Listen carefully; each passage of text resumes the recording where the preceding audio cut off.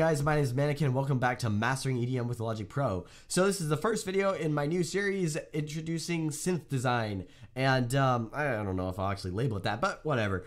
So the first video here is synth waveforms.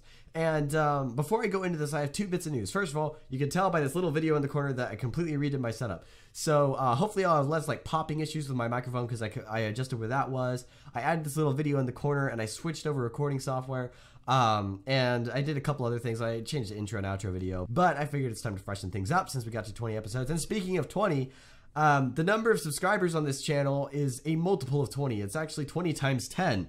So it went from like 100 of you guys subscribing to like 100 in the past 30 days. So thank you guys so much for subscribing. And without further ado, let's get into the video here. I need to put my headphones on first. Okay, so first of all, I'm going to pop up ES2. Let me talk a little bit slower here, but okay, so I'm going to go down to tutorial settings and choose initialize analog saw. If my voice ever breaks or goes weird, it's because I have a cold right now, so please forgive me for that. So waveforms are essentially the base of a synthesizer sound. It's what, not the base as in like the low end, the base as in the fundamental sound of the synthesizer. So we're going to start, and I'm just going to show you the waveforms here. So first of all is a sine. A sine looks like this little wave thing. Now you can also tell there's a sine down here, and there's one up here. Doesn't matter. This one is just a slider, so you can actually change between a sine and a frequency modulated sound, but just don't worry about that. So sine, what does it sound like? It sounds like this.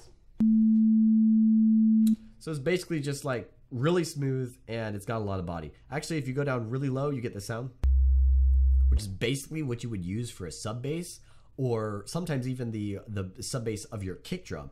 So that's something to keep in mind. That's one of the uses for a sine there. So next thing is a triangle. Triangle is like a sine, but it has a little bit of brightness. You kind of, here's a way to remember it. Sine is smooth, right? Right? Yep. Okay. Now triangle is like a sine, but it's got a little bit of sharpness to it. So it's got brightness, but it still retains the body of a sine, but it just has some brightness. So keep that in mind. Now we go to the saw, which if you kind of look at it, it looks sharper. It looks like a sawtooth. If you like follow a little pattern, you know, it's a sawtooth sort of shape. So so that's what a saw is there. And let's see here. It sounds like this. So it's like if you got the triangle and you just took all the body out and you just made it brightness. So it's very, very bright, and it's got not a lot of body. So the next one, it's not as intuitive, but you kind of think of it in the same sort of form. It's a square, and a square it's bright. You can kind of tell because it's got jagged edges here, but it also has body. You can tell by the amount of kind of space it has underneath. So what would you get from that? You get a hollow sound. It sounds like this.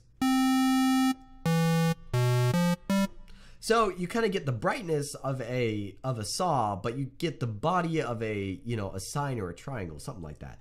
So this is, like I said, just look at the waveforms. It really helps you. The sine is smooth. The triangle is like a sine, but it's got a little bit of brightness. The saw is just bright, and it's like as sharp as a saw. And like, it's funny, it's named a saw. Anyway, and then you have the square, which is just kind of, it's unique, and it sounds like a hollow tube. So kind of, but that's the idea. So now there's one other waveform that I want to cover. So I'm going to close that up, shut it down, and then bring this over here. This is basically like a mix, like how much is it blended between these. So that's all I'm doing by moving that. And then I'm going to pull this up because this one has a noise generator, and noise just sounds like this.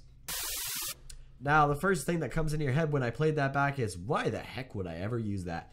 There's quite a few good reasons. First of all, it adds brightness to stuff. So let's say you want a bright triangle. So I'm going to have both of these on. I'm going to slide this to not halfway. Just going to make it mostly the triangle and just a little bit of noise. That doesn't sound all that amazing, but once you start to add an envelope to it and stuff like that, then it actually starts to sound pretty good. So the noise can be used to add brightness or body to something that you just want to add a little bit more space to, per se. So so that's what noise is used for. You can also use it for what are called noise sweeps, which are kind of like that whooshing sound you get. That's what a noise sweep is. And basically how you do this is you just play it back. Now there's some things you can do to spice that up, like add resonance and stuff like that, but I don't want to get too much into this. This is basically right here. This is just a low pass filter that it is modified by an envelope, which I'll talk about in the next video here. But other than that, it's basically just a low pass filter with a 12 decibels per octave. Exactly the same as if you were to pop this up and add a low pass and then just, you know, say it's at 24 decibels per octave. That's all it is when it's on 24. And then if you set it to, whoops, fat, by the way, just gives it a little more body, but that's beside the point. So yeah, 24, 18, 12, same thing here, 24, 18, 12. So you see it's the exact same thing. And it's just, you're just changing the cutoff, which is the frequency. So just sliding this down here or up. That's all you're doing with this one. So I just kind of wanted to show you that as to what I was doing there so you didn't get completely confused. But you notice here that there's, despite the fact that I covered all the fundamental waveforms, there's quite a few other options. So I'm going to go over briefly what these are without getting confusing.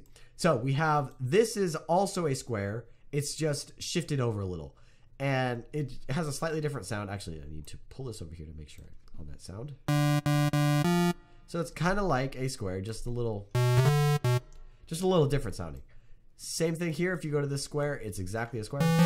And then you pull it along and you can kind of change the sound. And it changes the sound considerably, actually. But this is still a square. So that's kind of fundamentally what you're working with there.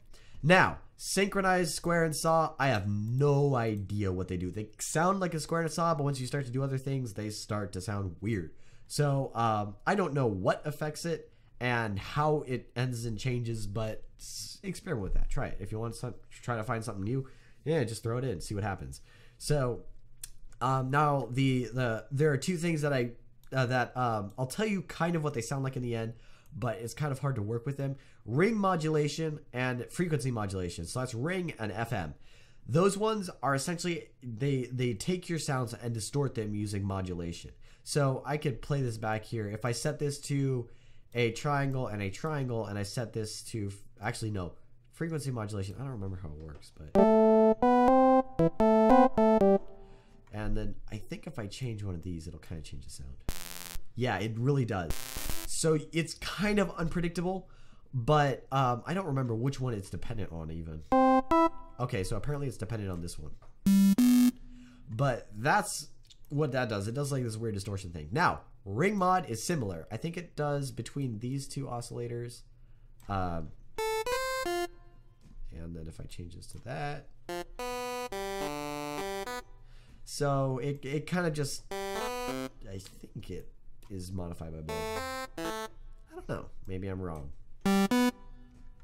Yeah, well, ring modulation, it does kind of a similar thing in the sense of, oh, that's an interesting sound.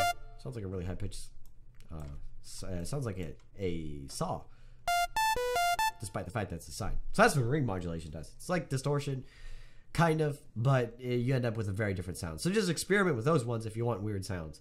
That's the whole deal behind those.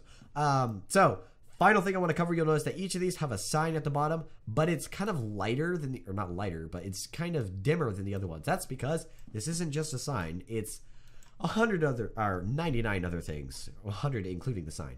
But these are all just different waveforms that are unique to ES2 and you won't find anywhere else. So you could just, you know, cycle through these here by clicking and dragging.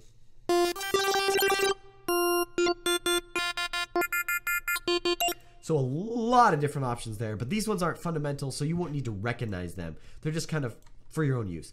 But the ones you need to remember, like I said, are the sine, triangle, saw, and square. Those are the fundamental ones, and, you know, noise, but noise is just kind of noise. So, but yeah, if you just kind of learn those sounds, then you'll really get used to them, and you'll be able to like make synthesizers without too much guesswork. It'll be, you'll like listen to a synthesizer, you'll have an idea in your head, and then you'll know, oh, it's probably using a square and a saw. And then you just slap in a square and a saw, put this little mix between the two, and you get the saw and the square. And you get something in between, which is So that's the whole deal behind it. Now it's more obvious if you like switch it to a sine and you do the two. Because it's like, now it's like a saw with a lot of body. So that kind of makes sense when you're switching between those. So that's the whole deal there. I'll wrap up this video here. So thank you guys so much for watching. If you liked it, like the video. And if you haven't subscribed already, please consider subscribing, because I've got lots of videos that'll really help you out with Logic Pro. And like I said, thank you for watching, and I will see you next time.